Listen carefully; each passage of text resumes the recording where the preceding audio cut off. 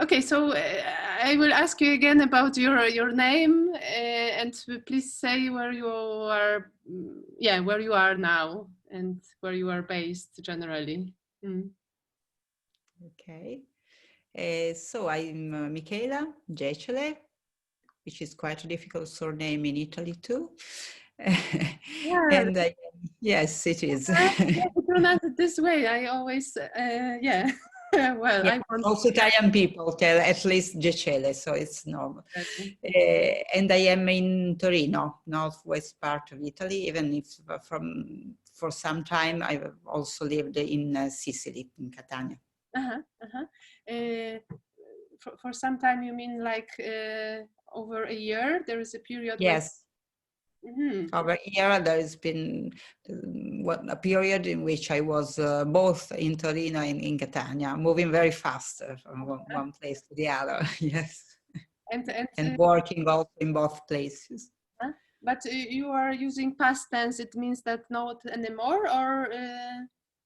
Yes, not anymore. I'm going to Sicily more seldom by now, nowadays. Yes. Okay. Mm-hmm. And what's the weather like? Because I can see sun now, sunbeams coming. So it's like the end of September. Here the weather is nice, but it's already yeah, chilly outside. What about Italy, Torino? How is it? Yes, by the way, I just spoke with a friend of mine that who just come back from Sicily, and there she said she met 30 degrees, but in Torino it's not like that. We have had some days really cold, and now there is some warm back again. This afternoon is quite warm. Yeah. Okay, so similar weather conditions, but yeah, but it's true that I associate Sicily with, with sun, beautiful weather. Yes, but I'm not in Sicily now. Yeah, I'm in Torino, so yeah. I know. Yeah, Torino. I've been once only in Torino many years ago, so I don't remember exactly the city. Is it industrial city a bit or not? Yes, it used to be one of the industrial pole place in Italy, but it was the place of Fiat, but from some decades ago, we are becoming also something different. It's funny I'm saying we, it's okay.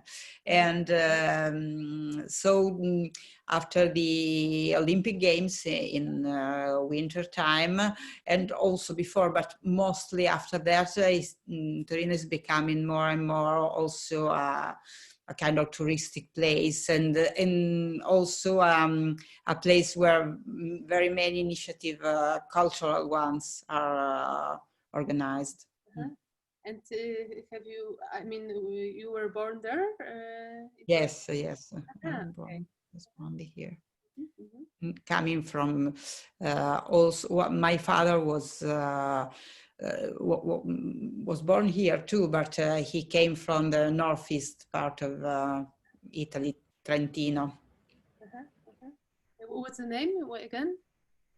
Trentino Alto Adige, Trento, Bolzano, Bozen, Trient. Okay.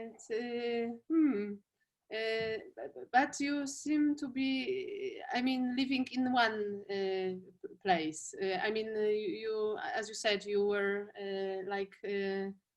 commuting between Sicily and Torino, but for your life, you've been living here in Torino. Yes, mostly here. I studied here and everything, yeah. Yeah, I live in Łódź. It is in the center of Poland. I don't know if you ever been to Poland.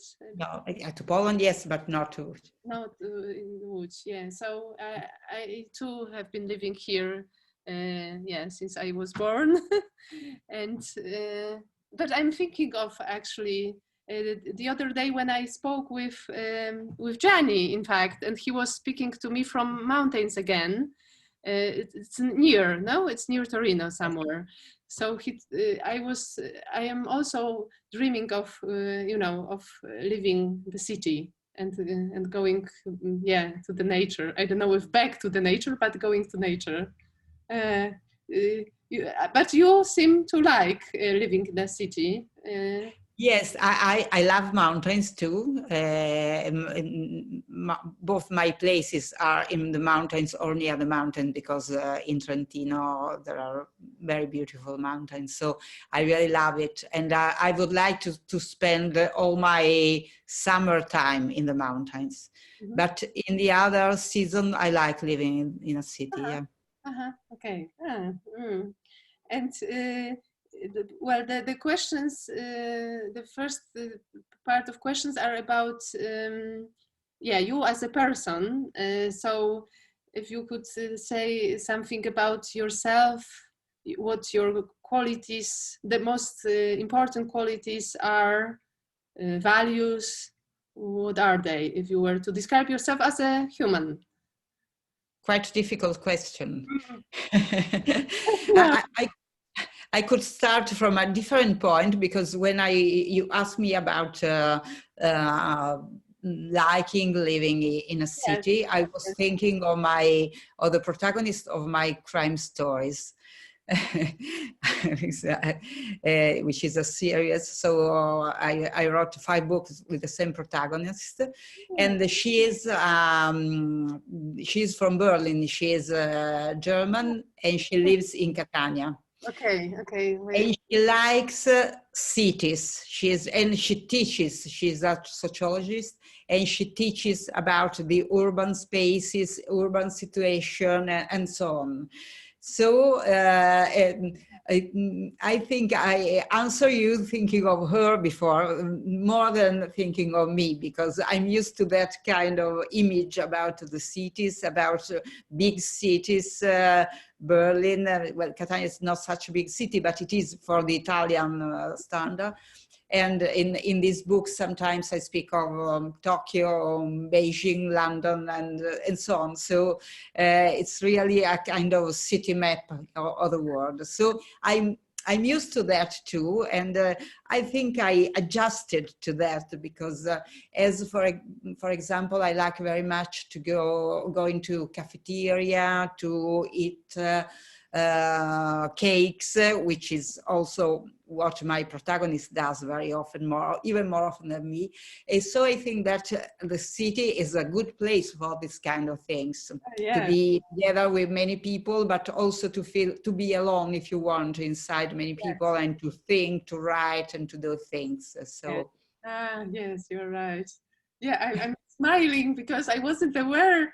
I'm smiling a lot. It's like a big smile because I wasn't completely aware you are writing crime stories. I mean, wow. yes. So, is it? I mean, yeah, wow. Yeah, I'm impressed. It's another world you are going into, I imagine. Yes, it is. And, when I do presentation of my books, I'm used to people asking me, oh, the protagonist is like you are like your protagonist, and so on. And at the beginning, I used to get not anger, but a bit disappointed about that, because we are not the same person. I think she is a very differentiated person.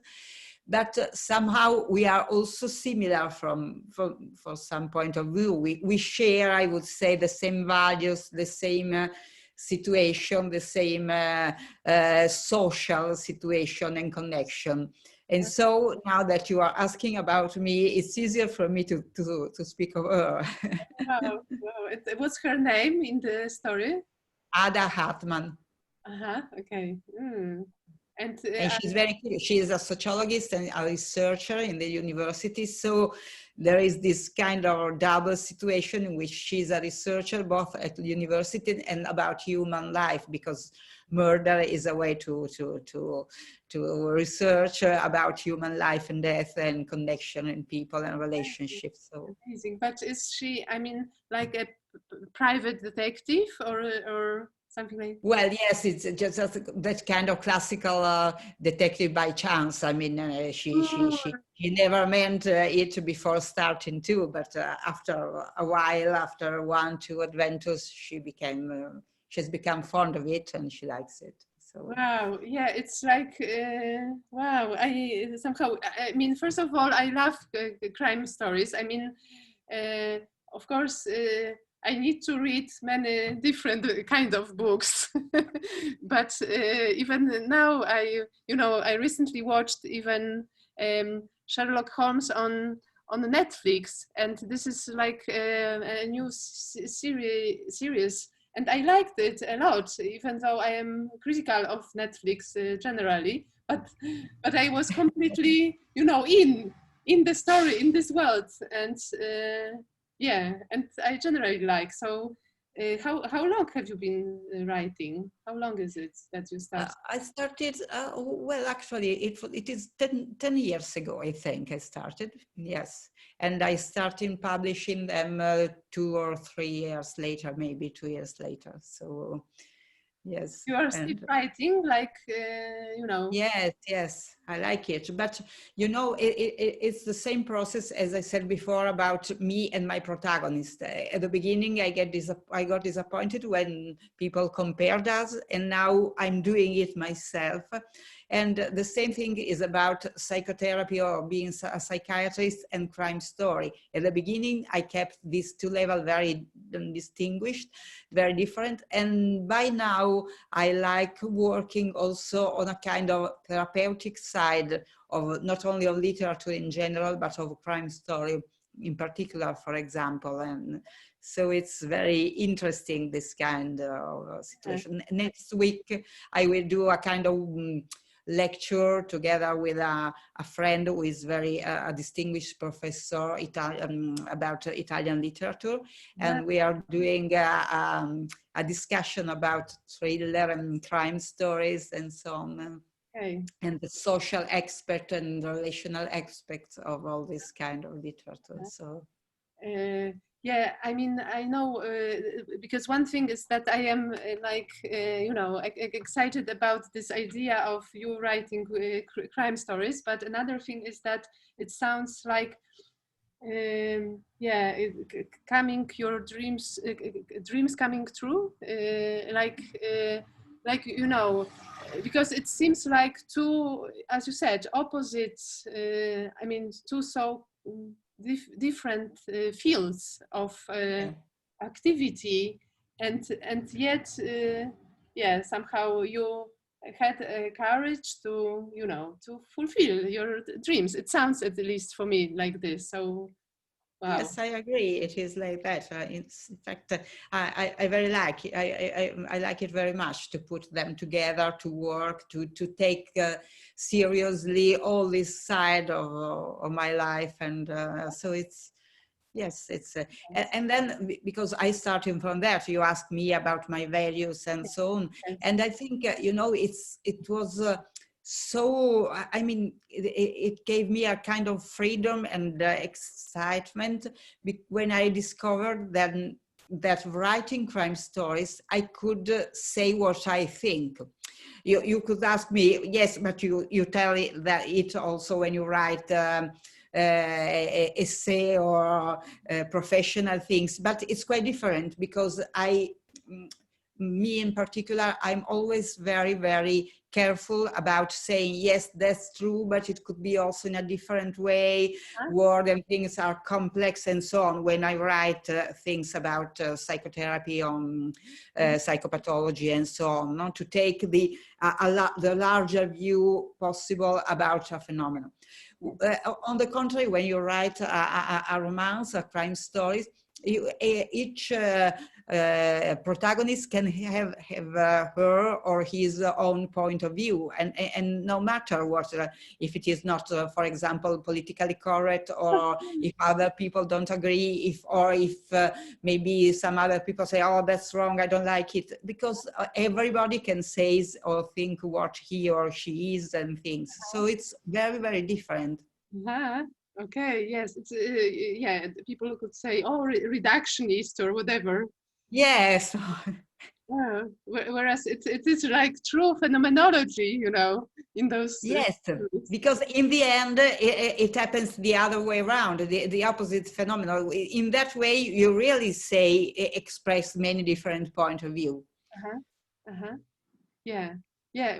I mean, this is like this barrier with language generally, that once we start writing, then it's like almost all over, it's phenomenology is gone almost, like Yes, because it's not experience. But what you are now yes, describing is, yes. wow. Yes, that is. And mostly you say, okay, that's like that. Okay, but I cannot say is like that. I can say I felt that, I think that, but it can, or all that process that blocks you even more. And when you write other things, it's very, very different.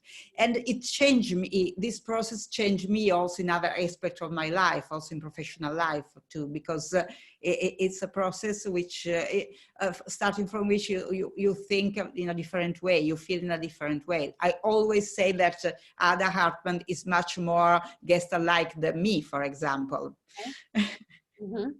I can imagine now. Yes. Wow. Wow. What a story. What a story. Wow. Okay. It is. How to put? It's inspiring. It is inspiring for me, Michela. Yeah. Okay. Let's move on. Whether would you like to mention some other values, some other passions that you have as a person? Yes, but well, I mention it, but speaking of all this, so I like literature and cinema, and also all the connection with psychotherapy and with life and so on. I don't know whether, because I didn't watch yet Gianni's last interview, and I don't know whether he mentioned we are starting working somehow with cinema and psychopathology. No. Uh, okay, so that's also a project I'm very interested in. Starting from one movie, we are choosing two movies for each kind of psychopathological field, Yeah. seen and experience in a different way, and working afterwards on that. So we are in Torino. We are starting this thing. Well, in Torino, but it will be on our Facebook page also. So Okay. so that's another thing I like. I mean, which is a way to involve, as I said before, all the a kind of complexity of the world, all the expression of the human, and not to cut off pieces and say, okay, we are kind of a scientific situation, we have only to take into account professional journal or so on, but to learn from different situations what is human and what is important in our working field. Hmm. Uh, Now I recall myself not really clear, because but I went to this seminar or workshop. You weren't there because you were sick then, I guess. It was at this habitat, at this Hatter. Yes, about violence, it was about, Exactly. yeah. And there were two women presenting. Yes. When and they were, again, there was some film, so they were using some kind of connotations with films. Pulp Fiction, was that, or Kill Bill? I don't remember, but something of Yes, yes, yes. Tarantino. So yeah, so I remember, and I like this wide frame of looking at it, anthropological, then sociological. Yeah. Yes. Wow. Yes, that's it was Giovanna Silvestri and Elena Diolic. Yeah, yeah, yeah. Yes, Sorry, because I forgot. we are writing. It's a long process, but we are writing a chapter together about kind of violence, and in this process, together with Dan Bloom too. Yeah. And as we are all very curious and very excited, I mean, very interested in many field person, so we are going further in that. Uh-huh. But what you mentioned, lets me think in a clear way what I wanted to say about that, which is I don't like to stay in what is in a kind of flat situation of world, but I like to take into account, to be inside all the layer of the situation. I like more in a gestaltic language staying in the ground than on the figure, in the different grounds of a situation, of a field, because I think it is very rich, and in our society, in our epoch, is very important to be acquainted, to be aware of the field. Yeah. Okay. Thanks for clarifying that. Yes, it's.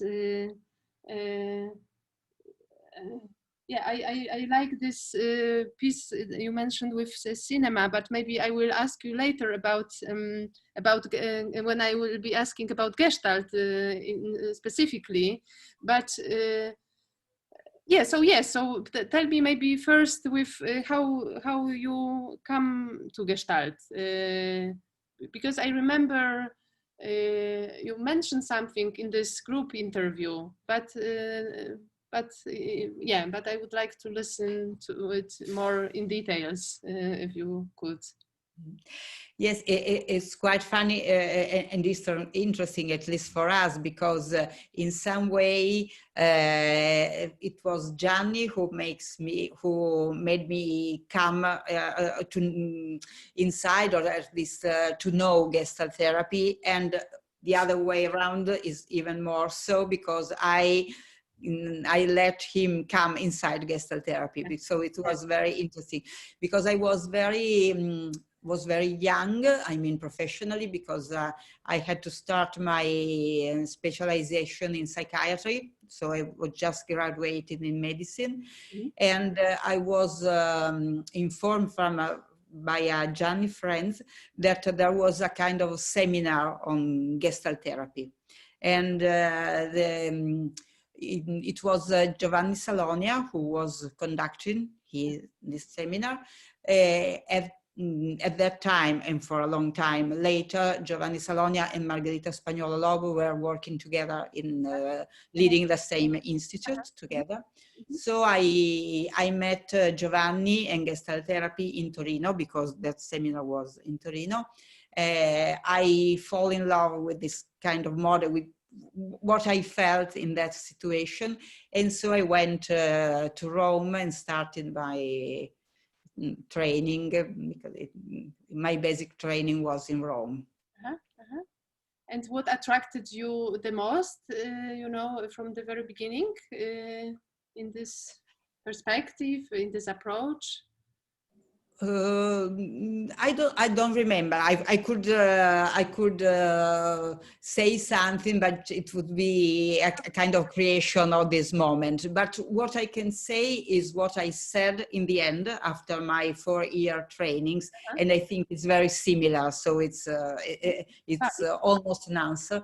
I said that what I liked more was this kind of ethical dimension, which is this kind of being very careful and open to all the human feeling and situation of other person, and not only a technical connection with the patient. So I think that was what impressed me. And does that relate also to what you mentioned before about this ground rather than figure, and the different dimensions of ground? Does this ethical aspect relate to that, would you say? Yes, possibly, yes, because it's all what is all what is around at the beginning, all the boundaries, but also the framework of a situation, and yes, more than the issue or the figure or the moment. No, all what is around our profession, and and what it develops about us as human beings, maybe. Yes, something like that. Mm-hmm. Mm. Yeah. Well, so I need to come back again to this kind of feeling of you that I am now sitting with. That, yeah, it really requires a kind of open mind or a courage to include so many aspects, to dare to include. I don't know if you understand me why I am. Yes, yes, I understand it very well because Oh, I'm coming from a seminar in this last weekend about mania, so I can understand what you mean. No, but that's a joke. But I was thinking about well, your question before, my starting with Gestalt therapy, and that's what I'm saying now is about ground, for example, about ground and figure, the process. I mean, because when I met Gestalt therapists and when I decided to do my training, I was also starting, as I said, my specialization in psychiatry. yeah. And the specialization in psychiatry, at least at that time in my city, was a very biological one. Okay. And I came from a faculty which is quite not really scientific in a certain sense, but very technical at least. Mm-hmm. So probably I met something which was very different from what from the place where I came from, and which I liked. No, I didn't dislike it, but so your question Yes. makes me think about that. Resonates. Yeah, it's yeah. Okay. Yeah, because sometimes for me those kind of you know those different dimensions, disciplines, they sometimes mean for me such a they are I experience them so conflictual in myself sometimes. So that's why I'm so you know excited, and it took me years to actually to learn to, and it's I'm still learning to be to have fun. Oh, this is what I would like to say, because seeing you, I can see that you are having fun. You know. Okay. So let me continue with questions. The next one is about yeah, about what was the most challenging for you once you stepped into this Gestalt world, Gestalt therapy world. The most difficult, challenging.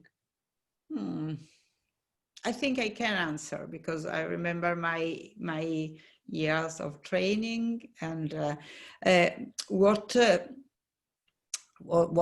surprised me more, what was very interesting for me, because very far from for me at that time, was that I could learn something even from people who were not so perfect, very brainy, intelligent. Also, I mean, I used to have a kind of very competitive and very high level idea of how to work, what to do, and what to reach.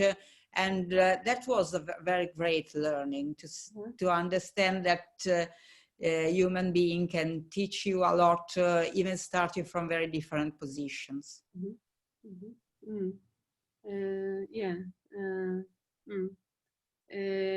And it is difficult. It was difficult to somehow to turn yourself, to transform yourself into, or to open yourself to that.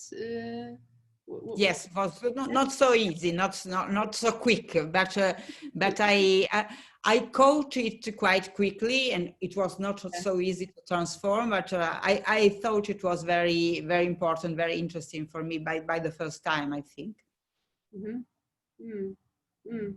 Mhm. Yeah. I could continue, you know, to get into every Yes, one, yeah, I can and I imagine. need to, you know, stop myself. This is frustrating, you know. Yeah. Okay, okay.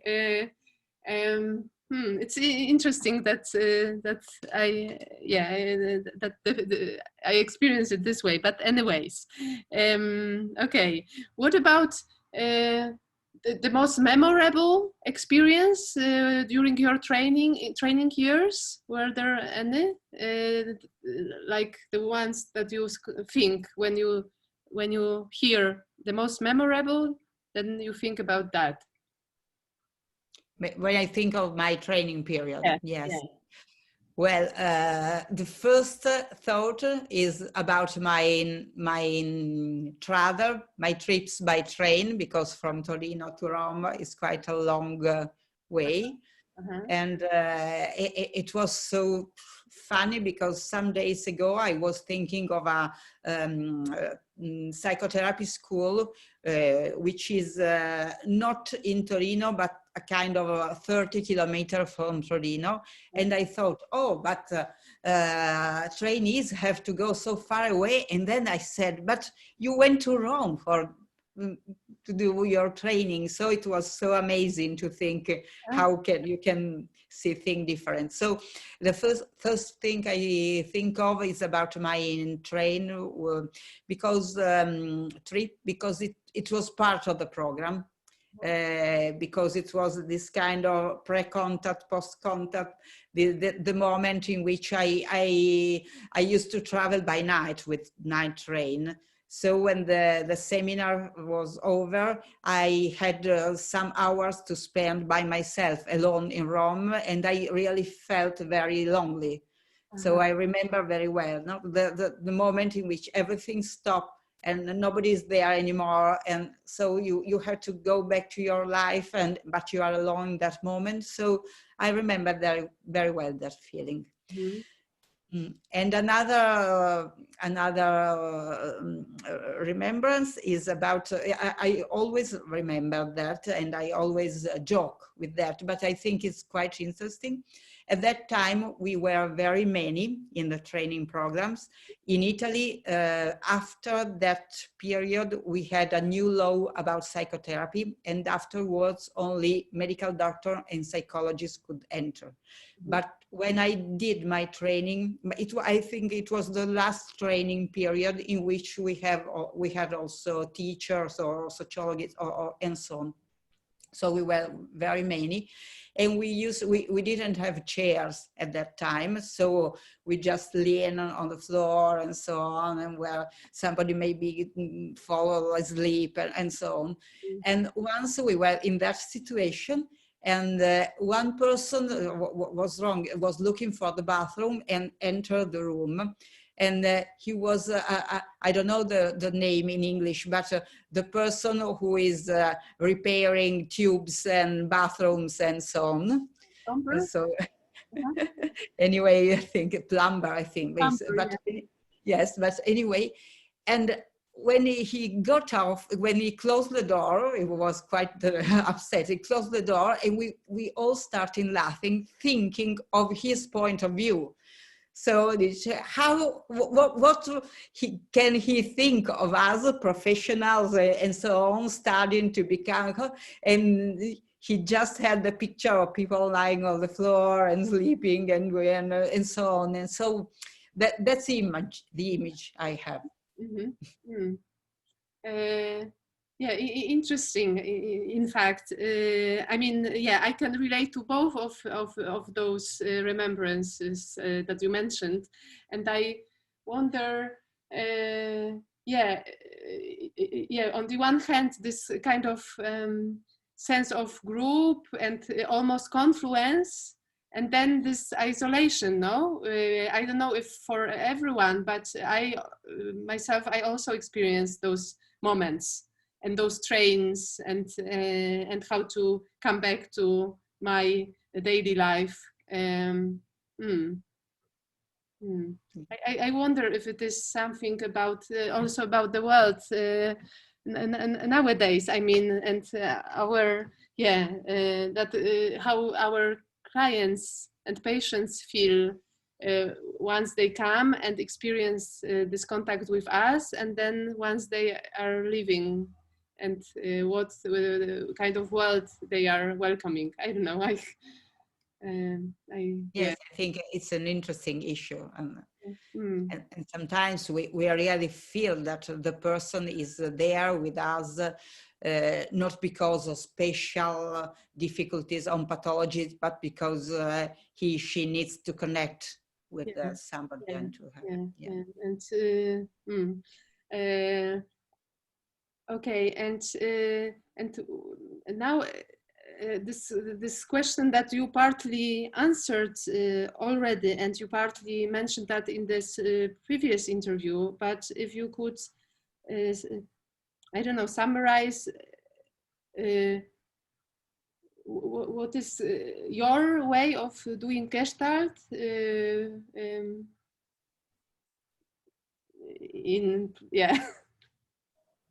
that's it.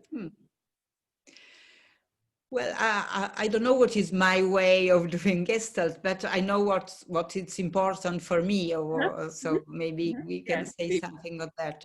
And it's interesting because it's something you just mentioned in your comment, because I'm very fond, very interested about all the connection with the cultural and social aspect of life, and so I used to be I used to work in a service for immigrants.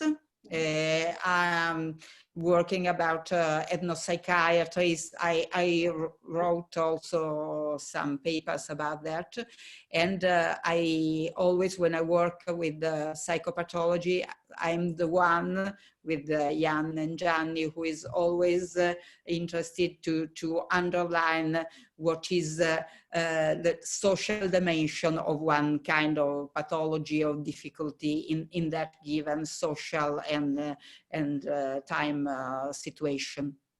So and I think I do that also in my sessions on when I supervise on so on, because I think it is very important always to connect. I used this term connect before, about connecting the patient or the client with us, but I think it's even more important to connect the person with the environment. So, for example, I've just, my last book, I've just published a very little book about narcissism, which is a kind of not only for psychologists or psychotherapists book, but for people.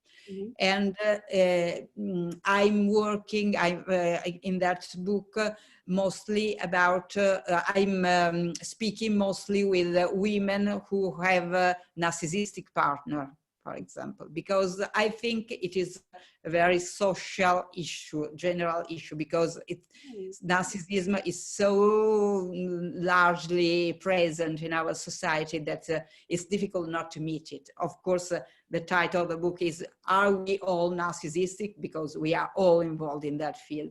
But what is important, and it comes to my mind now for that reason, it is that I experience many and many times that women are sometimes coming to us in psychotherapy because or either they have a relationship with narcissistic male. We use all the brackets in Gestalt, but just to understand each other, or they have just been left abandoned by a narcissistic partner. And I have often, almost always experienced that it is very important not to leave them alone, not to let them think that they are very stupid, or that it all depends on them, but that there is a kind of social situation which favor the meeting of such a person, situation, and also the attraction of that situation. There is a social, a cultural reason for the narcissistic phenomenon. And it's very important because sometimes just, of course, I'm not saying it in the way I'm saying it to you now, but just arriving to share this kind of ground, again, we are speaking of the ground, and everything changes. because the perspective is totally changed. The person is not feeling alone anymore, not feeling stupid anymore, not feeling very needing and requiring person, but everything changes. So that's a very clear example of something I'm always trying to do, not to let people alone with their kind of diagnosis or symptoms, but to give a more social understanding of what's going on. Yeah. Yeah, yeah. And this last book, and by the way, those crime stories, are they translated into English? No, crime stories, no. Only the first crime story is translated into Chinese, the only language. Okay. By now. Possibly in the future it would come, but... But this book, the last book about, you know, this narcissistic issue is... Not yet. I'm thinking of, I don't know yet. I would like to, but actually it has just been published. It was 2 or 3 months ago in Italian. So, but yes, I would like to. I think it's very interesting because for me it's very interesting the process after the book. I had one presentation 1 week ago, and it was all the person present were all women, 30 women present, and we had a very good and nice exchange about a lot of issue and thinking and knowledge, and so I think it's really worth to go on with this process, not only in Italy. So I would like to. Exactly. Yeah, and so it's like it's a bit like a book which is not, I mean, it is scientific, but more popular, no? So, yes, it is. Which yes. is also a wonderful idea in itself, besides the topic, which is also, yeah, very valid. Yeah, wow, okay. Mm. Yeah, that's what I meant when I said that I learned by writing crime stories.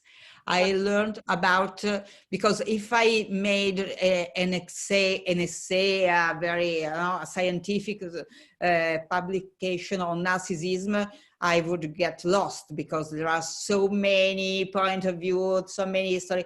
In that way, I can just go straight to the point. Of course, there are some scientific knowledge involved, but I can go to the point and say what I wanted to say.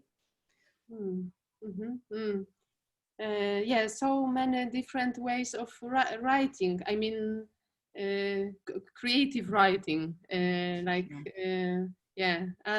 Wow. Okay, I am stuck with writing. I mean, I am trying to write, but again, meeting you is really inspiring. So yeah, I won't get into it again because it's... Oh yes, but we can find some time to do it because yeah, it's very maybe interesting. if I could, I would definitely reach for you, but yeah. Yes, Uh, yes. so tell me one more thing, perhaps to for we end. It's about Gestalt community. If there is any for you, do you feel it? Are there any? Is there any future of this Gestalt community? Yes, of course, I feel the Gestalt community. We spoke before, we mentioned Giovanna Silvestri, Elena Diorich, Dan Bloom about that book, but I mentioned Gianni, we can mention Jan Rubal, but we can mention very many colleagues and friends. So I really feel kind of warmth and of excitement also thinking of all these people and all the connection we have. So I think we are quite lucky to have this community. Of course, from one side, I mean, we as Gestalt therapists, we are still a kind of minority if we compare us to other psychodynamic or other kind of approaches. But and I think we have to go to go further in that, to develop, to be more and more recognized. So not to stay in our little comfortable zone, but at the same time, our kind of comfortable zone is very, very rich and warm and very interesting. So I like it very much and very human. Mm-hmm. Mm. And is this a tension, you think, that we want to, you know, how to put it, reserve? I don't know. We want to have our kind of little world, and we are a bit afraid, you think, of going beyond that? I wonder. Yes, I think we have both the direction, both the tension. Yes, as usual in humanity. I mean,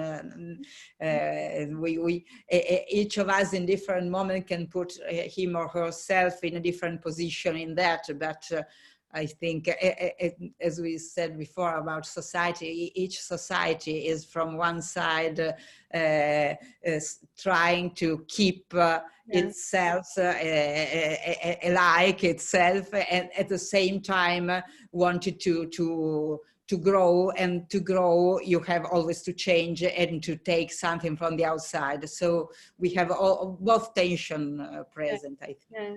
And maybe just to clarify whether recognition of Gestalt therapy means for you research, but or other things also here. Well, I think that research is important to get that. It's not the only the only way, the only piece of the process, but I think it is very important. Research, obviously, in a very broader meaning, because research can be very many things, but also speaking of a single case and analyzing it, or many other things. So, but yes, to let ourselves know, be known by other approaches, by other colleagues too.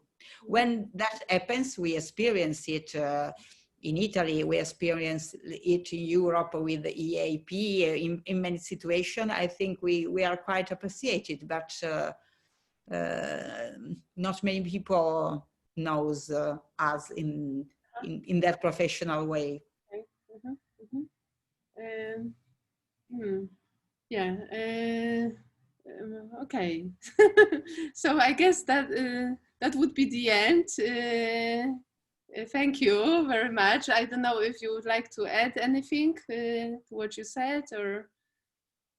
No, I think I said many things, and as you told before, we could go on. I mean, there are a lot of direction. When you start speaking, it's very interesting to go on and sharing. But I don't have any specific things. I think I said a lot.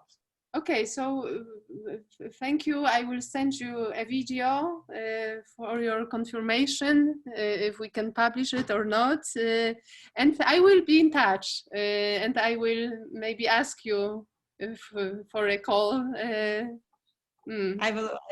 would be really happy about that. So do it. Okay, thank you, and thank you for this conversation, Michela, and yeah, have a good day there in Torino. Bye. Bye. Bye. Bye. Bye.